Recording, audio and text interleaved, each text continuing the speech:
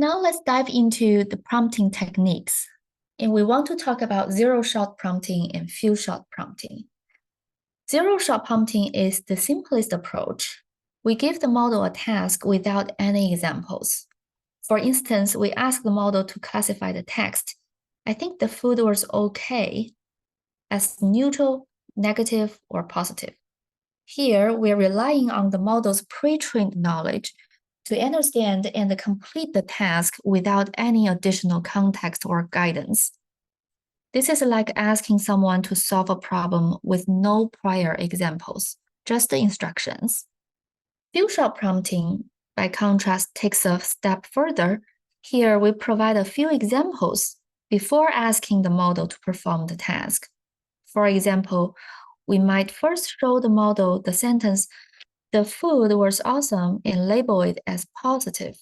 Then, when we ask the model to classify, "I think the vacation is okay," the model uses the context provided by the examples and provides a more informed decision. This process leverages what's known as in-context learning, where the model learns from the examples given in the prompt. Here is an interesting twist. What happens if those examples are not consistent in their format?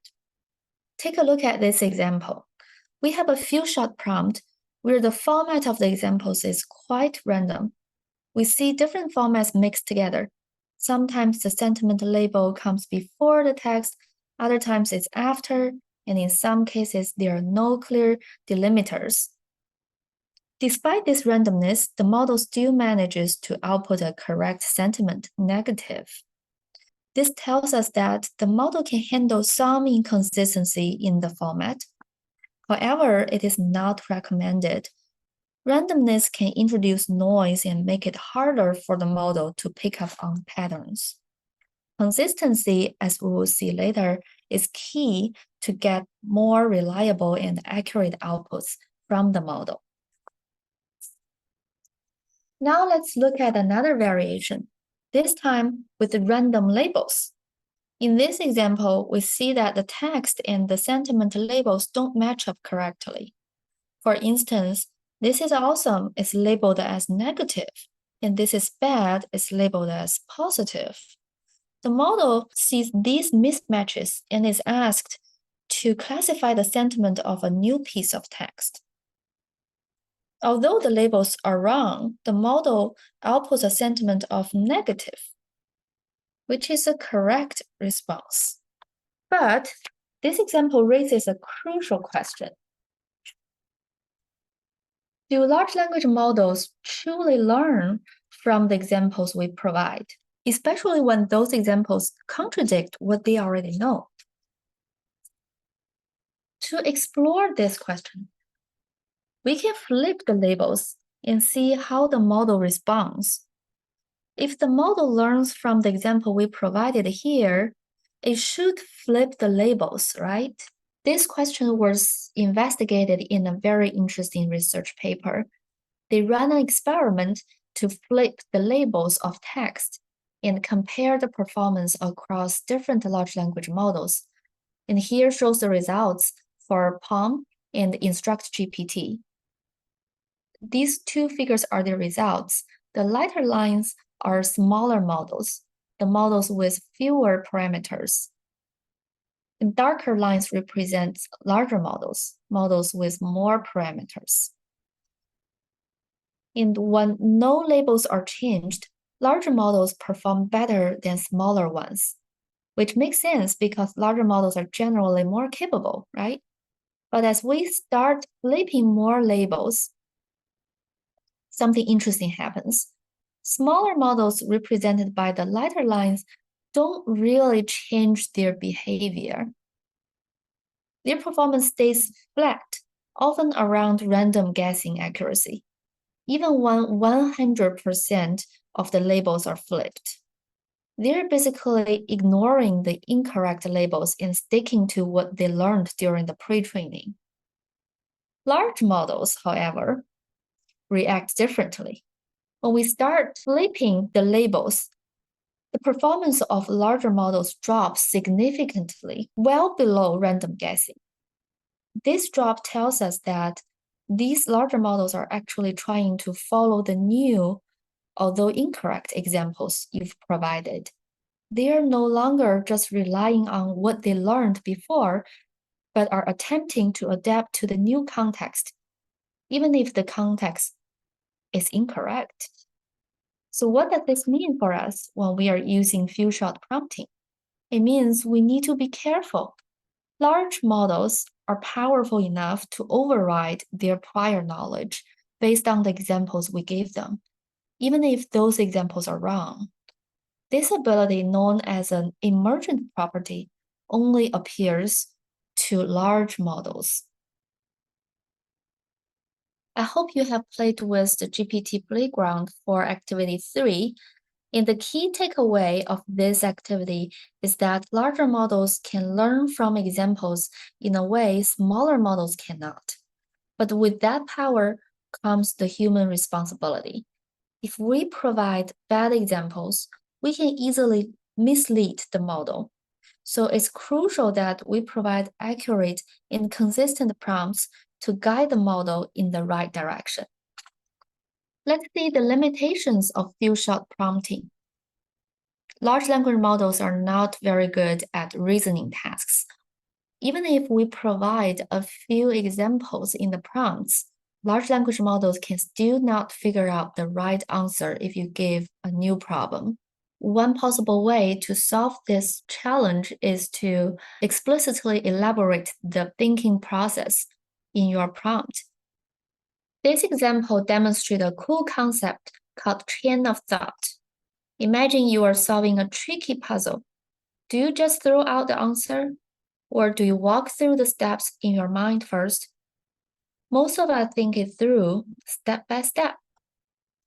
Chain of thought works the same way for AI. Instead of the model jumping straight to an answer, it takes the time to walk through the problem, one step at a time. This approach improves the model's ability to handle complex tasks that require reasoning or multi-step processes, such as solving math problems or making logical inferences. In essence, chain of thoughts break down a problem into smaller, manageable parts. It's like teaching the model to not just know the answer, but to understand the process of getting there. So far, we have talked about different techniques. I want to summarize using this example. We start with zero shot. We give this math problem and without giving any examples how to solve it, right? And you notice some limitations of zero shot. And then we move on to few shot. For problems I give an example of answers. Again, we see some limitations for reasoning tasks. So we move on to few shot chain of thought. In this chain of thought, for the same math problems, I provide some reasonings. I break down the problem into smaller steps, more manageable parts. And now we can guide the ChatGPT to provide the correct response. But this few shots chain of thought requires our human expertise. You need to know how to break down the task. You need to know what are the general steps to solve the problem. Although you may not know every single detail, but you know the general steps, right? As human beings, we are lazy as part of our nature. We try to think about any better way we can get the correct answer for this type of question. The scientists are thinking in the same direction. They try to think, are there any magic words that can be useful to solve these type of questions? Like, I do not need to give the step-by-step reasonings. I don't need to provide the long explanations and break down the problems. I just want to find some magic word in my prompts and make the model achieve the same level of performance. They do a lot of experiments and they use machine learning techniques to find out the magic words. It's a very popular one. It's let's think step by step. So when you pose the question and then at the end of the math problem, you just said, let's think step by step without giving any more detailed information, instructions. You do not specify how to make it step by step. You just say, let's think step by step. in ChatGPT can give the correct answers. Remember, this time was like GPT 3.5. At that time, the model was not that smart, but it can achieve similar level of performance. This opens a new door for the scientists to dive into this space to try to figure out any other magic words. Any magic words can beat, let's think step by step. So here are some example prompts they tried. So you see on this list, let's think step by step is ranked number 1 with the accuracy 78%, which is pretty decent.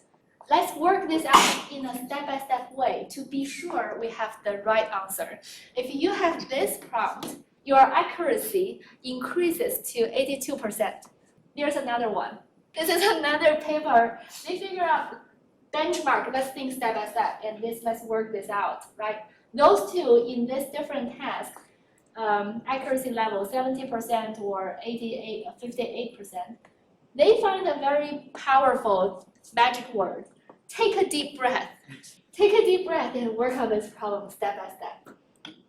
80% of accuracy. So from that time, one takeaway is, okay, for complex problems, remember to include, let's think step by step. Let's take a breath. So does that make sense?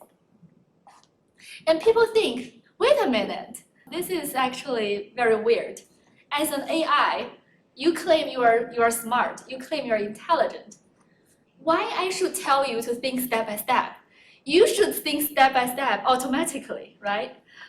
That's why we have more fine-tuning of the models, improvement of the models. So the current models become smarter. I think they embed this kind of prompts into their pre-training as well. So the current model already automatically thinks step by step. I think this is a very interesting discovery path I would like to share with you. So the scientists sometimes do really fun research. And what's more, zero-shot chain of thought does not only apply to text generation or solving math problems. It only applies to interpret images. So I give this comment to ChatGPT and I said, tell me why this is funny. Think about it step by step. Then it can follow the step-by-step instructions and explain why this comic is funny.